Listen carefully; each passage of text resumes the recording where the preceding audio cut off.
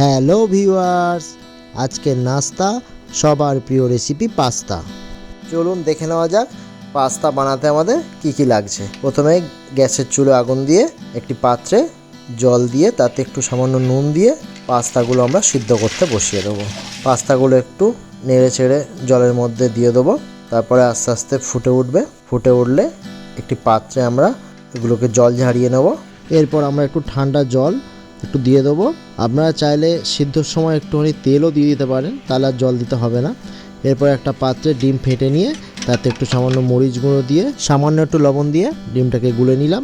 তারপর একটি কড়াইয়ে তেল দিয়ে ডিম ফাটানো যেটা রেডি হয়ে গেছে সেটা আমরা ভেজে নিলাম। আস্তে আস্তে ভেজে নেব, এগুলো ঝুড়ি ঝুড়ি করে ভাজতে হবে। আস্তে আস্তে এগুলোকে আমরা ভাজবো। আমাদের ঝুড়ি ঝুড়ি হয়ে গেছে, ঠিক এরকম কালার হয়ে গেলে একটি পাত্রে আমরা তুলে নিলাম। এগুলো সব তুলে নেওয়ার পরে আবার কড়াইয়ে একটু তেল দিয়ে আমরা পেঁয়াজ কুচিগুলোকে দিয়ে দিলাম। পেঁয়াজ কুচিগুলোকে আমরা ভাজতে থাকবো, হালকা হালকা লাল লাল পর্যন্ত আমরা ভাজবো। এরপরে একটুখানি নুন দিয়ে দিলাম যাতে একটু সিদ্ধ হয়ে যায় ভালো। দেখতে পাচ্ছেন পেঁয়াজ এরকম কালার হয়ে গেলে এরপর আমরা ক্যাপসিকাম দিয়ে দিচ্ছি। ক্যাপসিকামগুলোকে আমরা একটু ভেজে নেব। তারপর একটু নুন দিয়ে দিলাম, সিদ্ধটা হয়ে যাবে।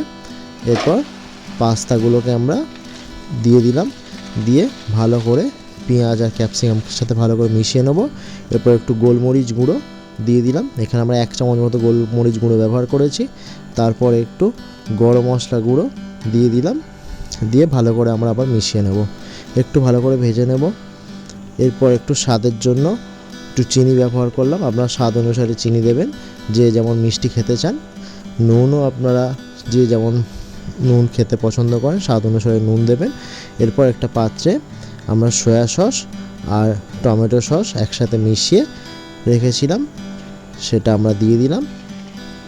দিয়ে ভালো করে আমরা নেড়ে ছেড়ে ভালো করে পাস্তাগুলোর সাথে মিশিয়ে নেব।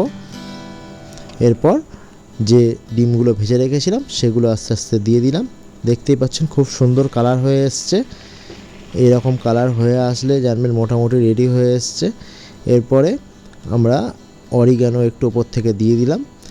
আপনারা চাইলে এর সাথে চিলি ফ্লেক্সও অ্যাড করতে পারেন, যেহেতু আমরা ঝাল খুব একটা খেতে পছন্দ করি না সেজন্য চিলি ফ্লেক্স দিলাম না, আপনারা চিলি ফ্লেক্সও ব্যবহার করতে পারেন। এরপরে ভালো করে মিশিয়ে নেব। দেখতেই পাচ্ছেন আমাদের পাস্তা রেডি হয়ে গেছে। আপনারা বাড়িতে বানান, কমেন্ট করে জানাবেন কার কেমন লাগলো। দেখা হচ্ছে আপনাদের সাথে নেক্সট কোনো ভিডিওতে। টাটা।